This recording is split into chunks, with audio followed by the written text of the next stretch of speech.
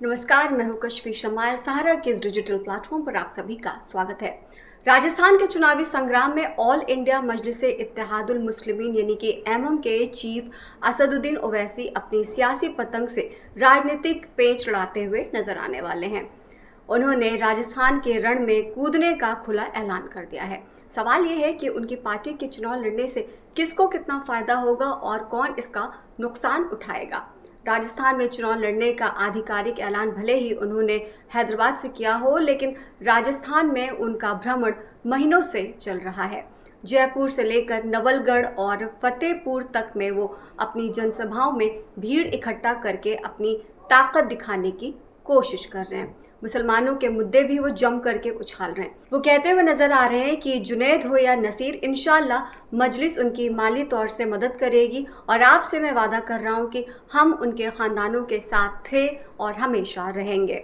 राजस्थान के चुनाव में ओवैसी की एंट्री के बाद सवाल सियासी नफा नुकसान का भी हो रहा है कि आखिर मुस्लिम वोटर्स किस पर भरोसा दिखाएंगे।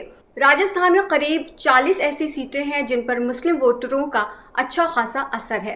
राजस्थान एमएम के अध्यक्ष जमील खान ने कहा था कि 30 से 40 सीटों पर चुनाव लड़ने वाले हैं। हमारी पूरी कोशिश है कि हम जहां से लड़ेंगे पूरी मजबूती से लड़ेंगे और हम किसी को हराने के लिए नहीं लड़ रहे बल्कि पूरी मेहनत से लड़ेंगे और साथ ही साथ जीतेंगे भी।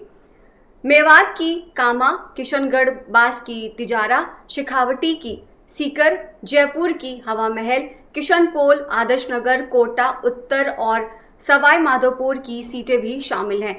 इन 40 सीटों पर औसतन 15 से 16 मुस्लिम उम्मीदवार हर बार जीतते रहे हैं और राजस्थान में मुस्लिम वोटर को अपने पक्ष में करने के लिए ओवैसी करौली, जोधपुर हिंसा से लेकर जुनैद और नासिर की हत्या का मुद्दा जमकर उछाल रहे हैं।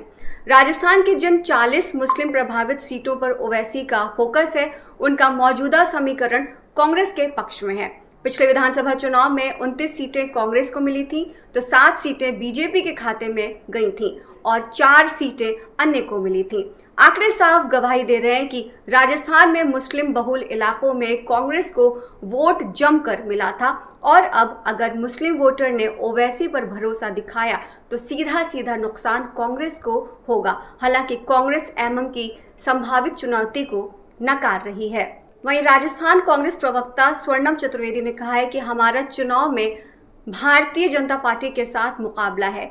तीसरी पार्टी के लिए राजस्थान में जगह ही नहीं है। बीजेपी का प्लान रहता है कि अपनी बी टीम सी टीम को भेजकर वोट काटने का काम करती है। हालांकि बीजेपी कांग्रेस के आरोप को नकार रही है और ओवैसी और कांग्रेस के विचारों के तार जोड़ रही है। राजस्थान में बारी बारी से कभी कांग्रेस तो कभी बीजेपी के पास सत्ता का रिवाज रहा है, लेकिन क्या ओवैसी की एंट्री से राजस्थान के समीकरण बदलेंगे? फिलहाल सस्पेंस बरकरार है क्योंकि बिहार और महाराष्ट्र में कमाल दिखा चुके ओवैसी को पश्चिम बंगाल और उत्तर प्रदेश से बड़ा झटका लगा था।